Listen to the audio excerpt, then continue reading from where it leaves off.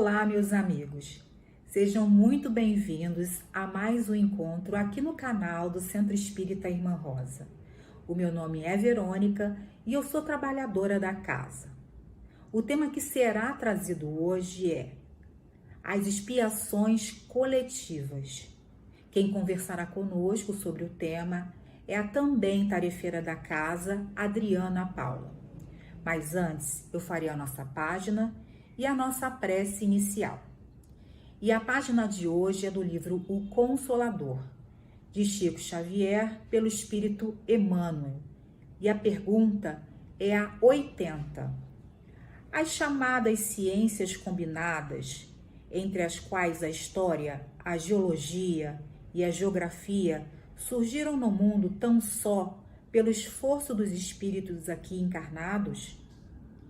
Indiretamente, as criaturas humanas têm recebido em todas as épocas a cooperação do plano espiritual para a edificação dos seus valores mais legítimos. As chamadas ciências combinadas são expressões do mesmo quadro de conhecimentos humanos, com igual convergência para a sabedoria integral no plano infinito. A história, como a conheces, não é uma estatística dos acontecimentos do planeta através das palavras. Todas elas são processos evolutivos para os valores intelectuais do homem, a caminho das conquistas definitivas de sua personalidade imortal. Vamos orar. Vamos fechar os nossos olhos e elevar o pensamento a Jesus, nosso Mestre amado. Agradecer pelo dia de hoje, agradecer por este encontro e pelos ensinamentos. Olhai por nossa irmã Adriana, que suas palavras sejam bálsamo, que envolvam os corações mais necessitados e que a sabedoria divina desça sobre todos e que possamos trabalhar o nosso processo evolutivo, que possamos crescer, aprender e transmitir para os nossos irmãos e também ao nosso próximo. Muito obrigada, Jesus. Muito obrigada, espiritualidade amiga. Que assim possa ser. E agora, vamos ouvir a Adriana. Queridos amigos, é com muita alegria, com muita satisfação que inicio mais um estudo da doutrina espírita, buscando os esclarecimentos que ela nos proporciona e especialmente olhando para a nossa vida, para o nosso momento, diante dos ensinamentos que nos são trazidos pelos espíritos amigos. Nesta oportunidade, foi-nos solicitada uma reflexão sobre o capítulo 14 do livro Páginas do Espiritismo Cristão, do Rodolfo Caligares. E esse capítulo 14 se chama As Expiações Coletivas. As Expiações Coletivas. E é um capítulo que trata de uma situação que todos nós nos perguntamos, e ficamos, assim, bastante sensibilizados quanto acontece, Quando nós vemos acontecer catástrofes, acidentes que vitimam muitas pessoas de uma vez só, e muitas das vezes nós não compreendemos o que levou aquela situação a acontecer e por que aquele grupo de pessoas teve que estar reunido para que ocorresse essa situação. Então, normalmente a gente se reflete muito sobre essas questões de expiação coletiva quando são acidentes, quando tem catástrofes, e a gente fica bastante sensibilizado e se questionando o que foi que levou aquele grupo de pessoas em situações tão diferentes a se reunirem naquela oportunidade para passarem por aquela prova. E é sobre isso que nós vamos refletir um pouco nesta oportunidade à luz da doutrina espírita. O Rodolfo Caligares, ele faz uma dissertação bastante interessante, que ele diz que a lei de causa e efeito exerce sua influência sobre todos os homens, não só individualmente, mas também coletivamente. Tudo que nós fazemos, seja como indivíduos, seja como membro de uma família, ou familiares, ou de uma nação, esses nossos atos se refletem no futuro, no nosso futuro individual, no nosso futuro familiar, no grupo familiar, e no futuro como nação, como sociedade. Então ele diz que se uma sociedade, um grupo de pessoas se reúne com o objetivo de melhorar, de crescer, de progredir, ela recebe da providência divina, esse grupo recebe da providência divina cada vez mais condições de estar no caminho do bem. Contudo, quando também há, ao contrário, um grupo que se reúne para obter vantagens, para ganhar fortuna, poder de forma aviltante, colocando outros grupos em situação de dano, esses atos também nos colocam aquele grupo numa situação de terem que reagrupar-se no futuro para corrigir o erro. Então, quando nós falamos em expiação coletiva, nós estamos falando deste segundo fato, de grupos que se reúnem para praticar um ato que fere a lei divina e que, por conta disso, tem que reparar esse mal feito, tem que reparar essa situação de desalinho que criaram conjuntamente. E ele dá nesse capítulo vários exemplos, né, de civilizações que foram grandiosas, mas grandiosas no sentido de obterem a sua grandiosidade de forma indevida, escravizando, matando outros povos, e que a própria história mostrou-nos que essas civilizações foram logo depois arrasadas. Então, ele dá vários exemplos, os egípcios, os babilônios, os próprios romanos, e ele vai falando dessa situação, que foram civilizações que alcançaram um grande ápice, mas que logo após veem seus impérios ruírem por conta da dor que eles causaram em outras pessoas, em outros grupos, para obterem aquela hegemonia, né? Então ele trata desse assunto e ele diz que sempre em que haja um desalinho, que haja um desrespeito à lei divina, ao interesse do todo, como ele mesmo coloca, haverá necessidade de que aquele grupo se reúna novamente para se reestruturar e corrigir os erros do passado. Então, ele diz assim: é impossível prever até quando a humanidade permanecerá assim, oprimindo-se e dilacerando-se reciprocamente no regime do olho por olho, dente por dente. Mas ele diz que acredita que, cansada da dor e com a sabedoria que a dor traz, há de aprender um dia a lei sublime da não resistência pregada e exemplificada pelo Cristo, e terá então paz duradoura e felicidade. Kardec também refletiu sobre esse assunto, está em Obras Póstumas, tem uma psicografia e depois tem uma explicação de Kardec sobre essa questão das expiações coletivas. E ele trata, muito interessante, que ele vai colocando que nós, como seres encarnados, temos vários papéis, né? Nós somos mães, pais, nós somos familiares, nós somos cidadãos, e muitas vezes nós somos ótimos pais e mães e somos péssimos cidadãos. Às vezes o contrário, somos ótimos cidadãos, mas no trato familiar temos diversas dificuldades. E Kardec fala que o indivíduo, ele é ele mesmo, ele é um membro de uma família e ele é um cidadão. Sob cada uma dessas três faces, ele pode ser criminoso ou virtuoso. Como eu disse, de repente é um grande pai de família, um homem virtuosíssimo na questão familiar, mas quando chega no trato social, como cidadão, ele não é um cidadão muito respeitado.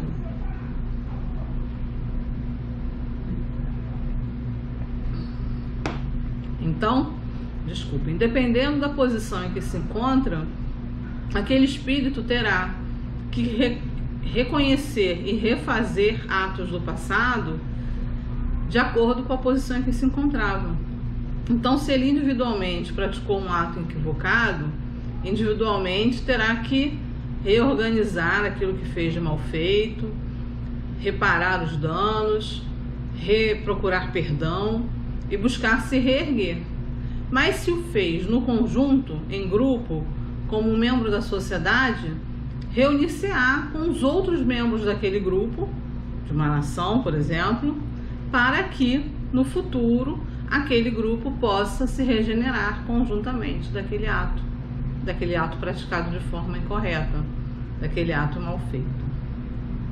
E aí, muitas vezes, quando acontecem essas expiações coletivas, a gente se pergunta: mas era uma pessoa tão boa, eram cidadãos tão bons, inocentes, não fizeram nada, como é que Deus deixa isso acontecer?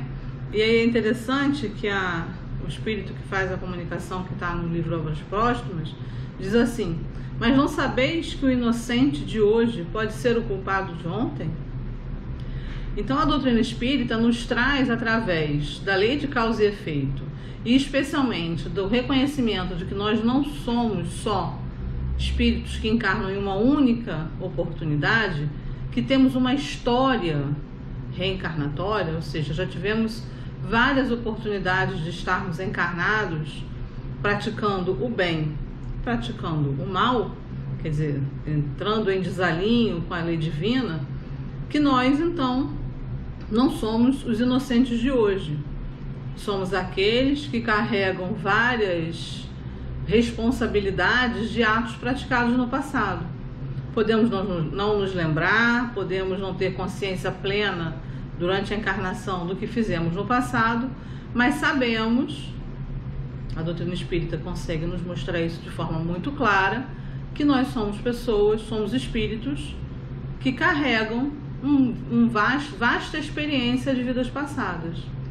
Carregamos aquilo que adquirimos de bom, aquilo que já progredimos, mas também carregamos as nossas falhas, os erros praticados no passado, que precisam ser reparados, que precisam ser acertados. E aí nos explicam os espíritos que quando nós acordamos no plano espiritual, tomamos consciência dos erros que praticamos, da forma com que lesionamos a lei maior, nos comportamos de forma contrária às leis divinas, nós solicitamos novas encarnações e solicitamos que nessas novas encarnações nos seja permitido o reajuste com a lei. Percebemos que só teremos felicidade verdadeira, felicidade plena, quando estivermos com os nossos débitos quitados. E para isso precisamos das experiências na carne, das experiências encarnadas, que nos são fornecidas pela divina providência para o nosso crescimento, para o nosso amadurecimento e para o nosso reacerto. Então nos reunimos em grupos, porque em grupos fizemos o desalinho com a lei divina, descumprimos a lei divina e com esse grupo com o qual compactuei no passado, hoje terei que reorganizar os meus débitos, terei que pagar, vou botar entre aspas, né, porque não é um olho por olho, dente por dente, nós vamos falar mais um pouquinho à frente, mas eu tenho que me reacertar, me reharmonizar com a lei divina. E é isso que acontece. E aí continua lá no livro Obras Póstumas. O infortúnio, ou seja, a dor, o acidente, a catástrofe, é o estimulante que nos impele a procurar um remédio para o mal. Então, essa oportunidade que é dado de acerto com a providência divina nos dá, de acerto com a lei divina, ela é um estimulante para que nós procuremos o remédio do mal. Emmanuel tem um texto bem interessante chamado As Provações Coletivas, que é de agosto de 1936, que ele relaciona a Guerra Espanhola, em que o Franco foi colocado como ditador, né, que colocou-o no poder em 1936, logo na pré-Segunda Guerra Mundial. Ele relaciona aquela dor toda, aquela violência toda, a um acerto que era necessário do povo espanhol com tudo que foi praticado durante a Inquisição. Nós sabemos que a Espanha, especialmente, sofreu uma Inquisição fortíssima. Pessoas foram massacradas, né? Houve muita dor naquele período da história espanhola. Então, aquele grupo precisou estar reunido e passar por um momento de acerto para que pudesse continuar caminhando à frente. Outra explicação que muitas vezes as pessoas se perguntam, muitas pessoas se lembram daquele grande incêndio que teve em 1961 aqui na nossa cidade, em Niterói, aquele incêndio do circo. E nos conta o espírito Humberto de Campos que esse incêndio esteve relacionado a uma expiação coletiva que envolveu romanos que assassinaram cristãos em um circo em Lyon, hoje França, no ano de 177. Ou seja, aquele grupo que foi reunido naquele circo e que padeceu sobre o incêndio era o mesmo grupo que em 177 depois de Cristo, em Lyon, havia se reunido para promover massacres de cristãos. Então, como nos diz a nossa irmã no livro Obras Póstumas, não se sabe que o inocente de hoje é o culpado de ontem. Então, quando nós colocamos o que nos acontece no momento atual em perspectiva, pensando no que se deu no passado, não é? Sabendo que a providência divina não nos coloca em posição de sofrer desnecessariamente, sabendo que a misericórdia divina sempre age a nosso favor e nunca contra nós, podemos concluir sempre, ainda que não saibamos o motivo pelos quais determinado grupo esteja passando por essa ou por aquela situação, podemos ter a certeza de que toda aquela situação, todo aquele fato, ele é um fato necessário e justo. Necessário para que aquele grupo possa aprender, possa crescer, possa continuar no seu processo evolutivo. E justo, porque embora naquele momento, naquela oportunidade, nesta encarnação, nós não enxerguemos nenhum mal feito, entre aspas, podemos ter a certeza de que aquela situação está resolvendo fatos do passado, está resolvendo fatos que se deram em outras encarnações.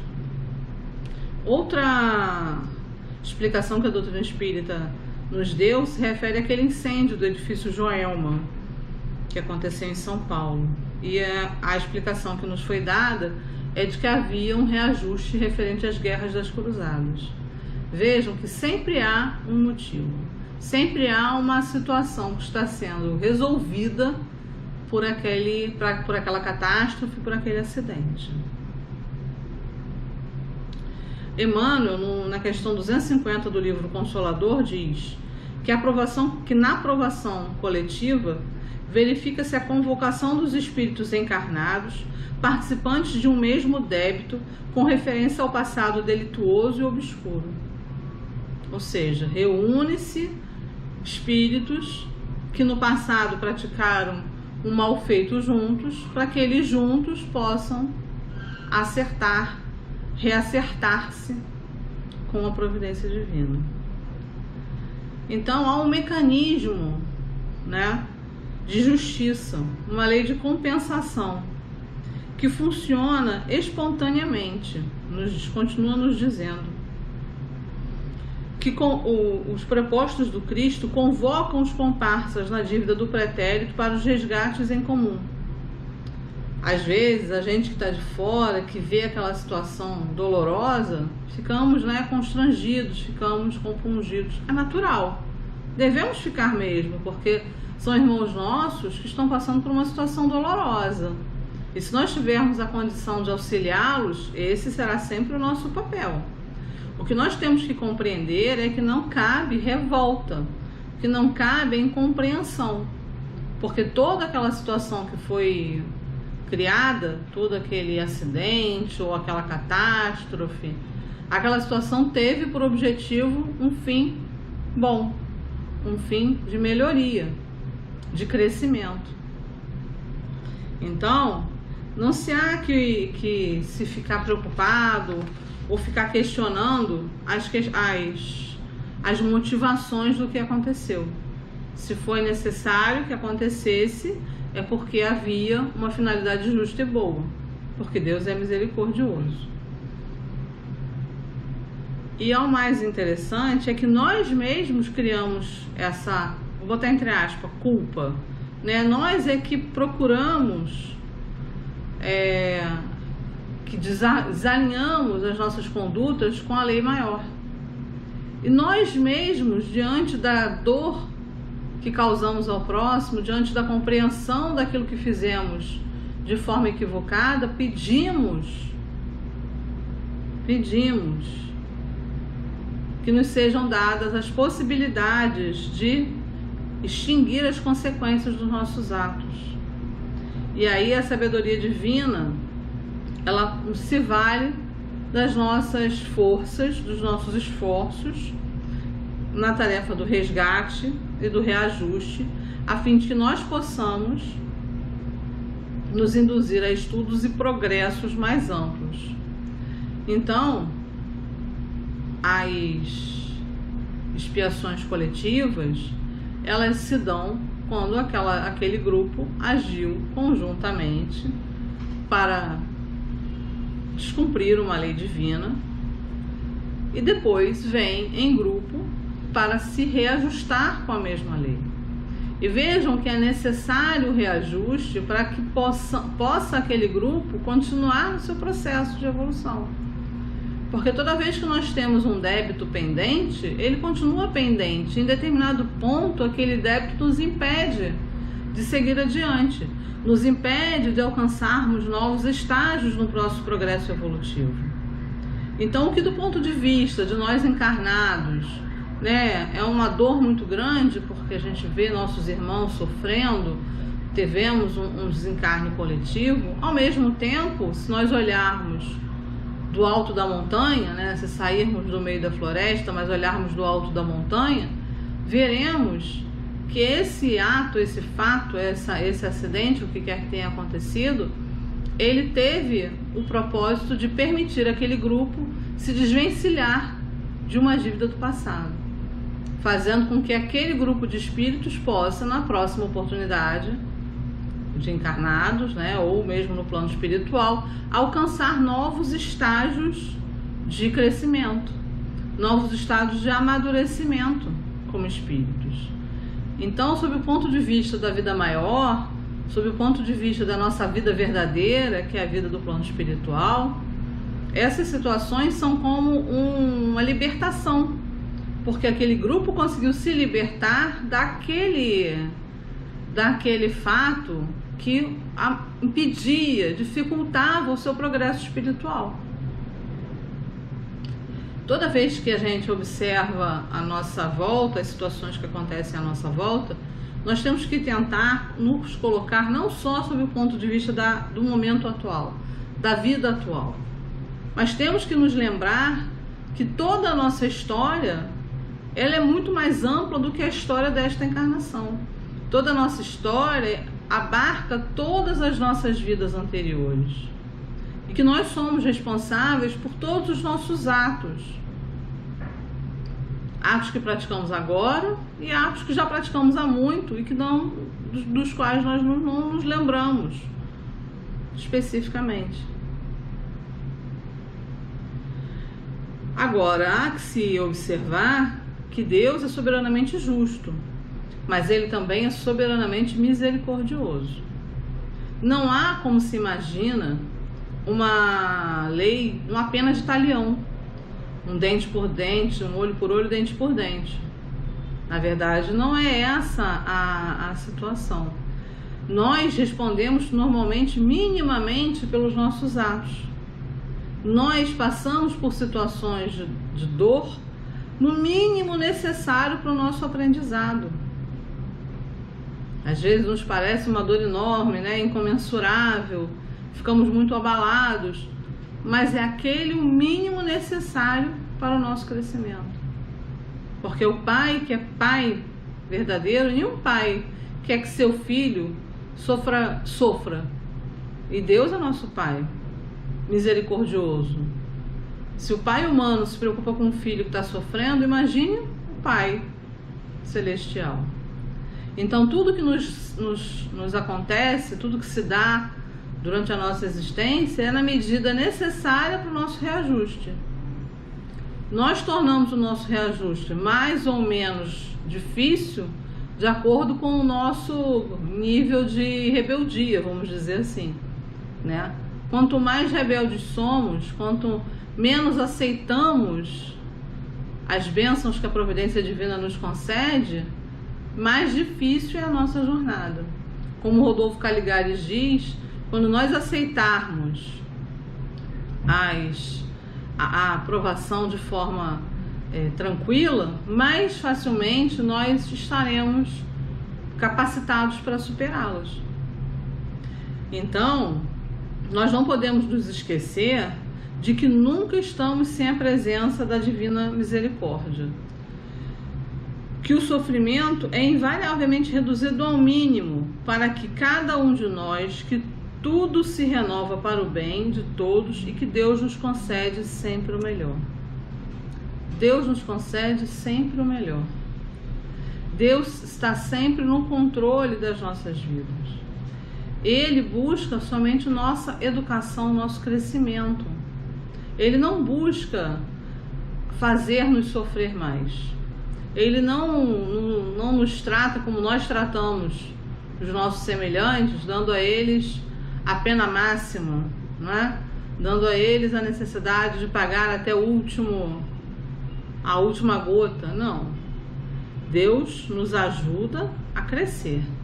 Deus permite que passemos por situações dolorosas porque precisamos daquele aguilhão, como diz Leon Denis, para nos fazer crescer, para nos fazer amadurecer, para que compreendamos que precisamos agir dentro das leis divinas, que precisamos agir de acordo com o bem maior. E são essas as provações que nos permitem acertar os nossos débitos do passado, sofrendo minimamente, né? E nos permite dar passos adiante no nosso progresso evolutivo. Trazendo todas essas reflexões agora para o nosso momento atual, nós podemos observar que talvez tenha chegado ao planeta Terra uma necessidade de uma aprovação coletiva da nossa civilização. Todos os espíritos encarnados na Terra, de uma forma ou de outra, por conta dessa pandemia que nos assola aí há mais de um ano, todos nós estamos, de uma medida ou de outra, passando por situações de reajuste. Sejam aqueles que estão desencarnando por conta da contaminação do vírus, sejam os outros que estão passando por necessidades físicas, necessidades materiais gravíssimas, né, já que há um agravamento da condição social de uma forma geral em todo o planeta, sejam aqueles que estão passando por restrições psicológicas por conta do isolamento.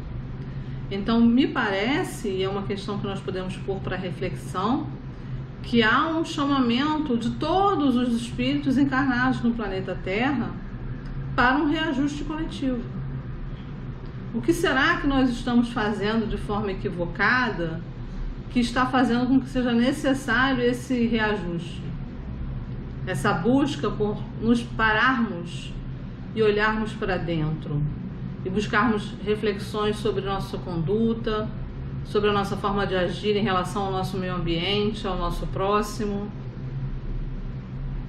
Talvez nós estejamos passando por uma expiação coletiva de todo o planeta e precisemos reforçar os nossos compromissos com o bem, reforçar os nossos compromissos com agir de forma coletiva, fraterna, olhar para o nosso planeta, para os nossos irmãos encarnados e desencarnados, vinculados ao nosso orbe, realmente como nossos irmãos, agindo em prol de todos, buscando sempre o melhor. Não sei se nós tivemos em outra oportunidade da história, uma expiação coletiva tão abrangente, né? Tivemos as grandes guerras, mas elas não foram de uma forma tão ampla, né? Não atingiram tantos ao mesmo tempo. E dessa vez nós estamos passando por uma situação que é global. Então, globalmente estamos sendo chamados a atenção. Globalmente estamos precisando nos reorganizar e observar quais são as nossas atitudes que são contrárias à lei de Deus. Porque a lei de Deus ela é igual para todos. Ela é imutável. E precisamos observar o que nós estamos fazendo em desalinho. Qual o comportamento que nós, como sociedade, como comunidade global, estamos tendo que está ferindo o nosso planeta, que está ferindo a lei maior, que não é de acordo com o equilíbrio do todo.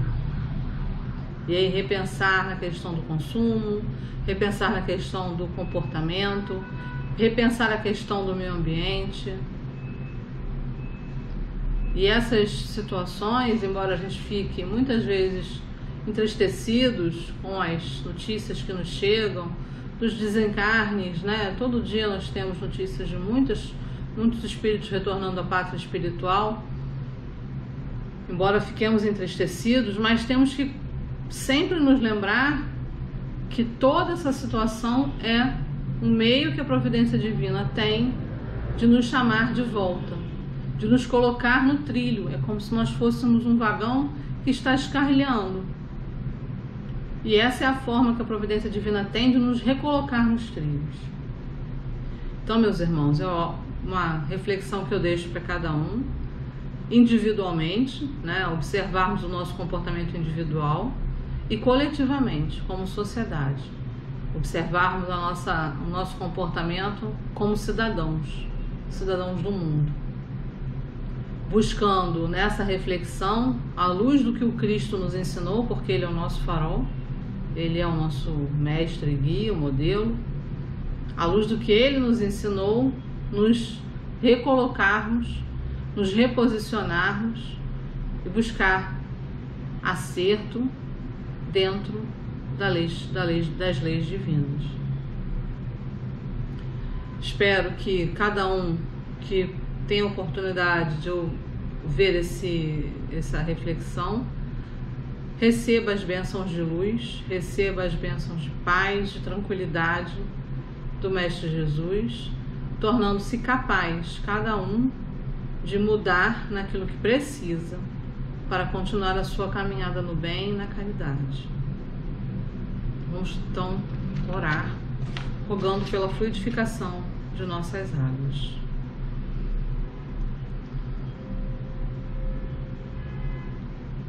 Jesus, Mestre amigo, nessa hora em que nos reunimos, Senhor, ainda que virtualmente, em Teu nome,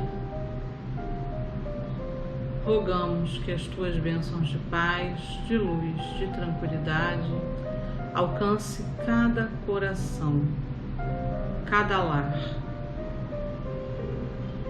E que todos nós, Mestre Jesus, unidos na corrente de luz, de fé e de oração, possamos auxiliar os nossos irmãos que passam por provações maiores do que as nossas. Que cada leito hospitalar, Senhor, receba a visita do Teu amor. Que cada residência que cada cantinho do nosso planeta tão sofrido possa receber a tua luz. Que as bênçãos de paz, de tranquilidade, de harmonia cheguem a cada coração. E neste momento, ó querido amigo, nós vos pedimos pela fluidificação das nossas águas, rogando o Mestre Amigo para que consigamos perceber quais caminhos precisamos trilhar, quais as formas de nós podermos estar em harmonia contigo, em harmonia com o bem maior, lutando contra as imperfeições que ainda campeiam dentro de nós e buscando sempre dar o melhor de nós em cada situação em que nos colocamos. Ó Mestre Jesus, abençoa todos nós. Que assim seja. Muito obrigada e desejo que todos tenham muita paz, muita luz, muita alegria. Graças a Deus.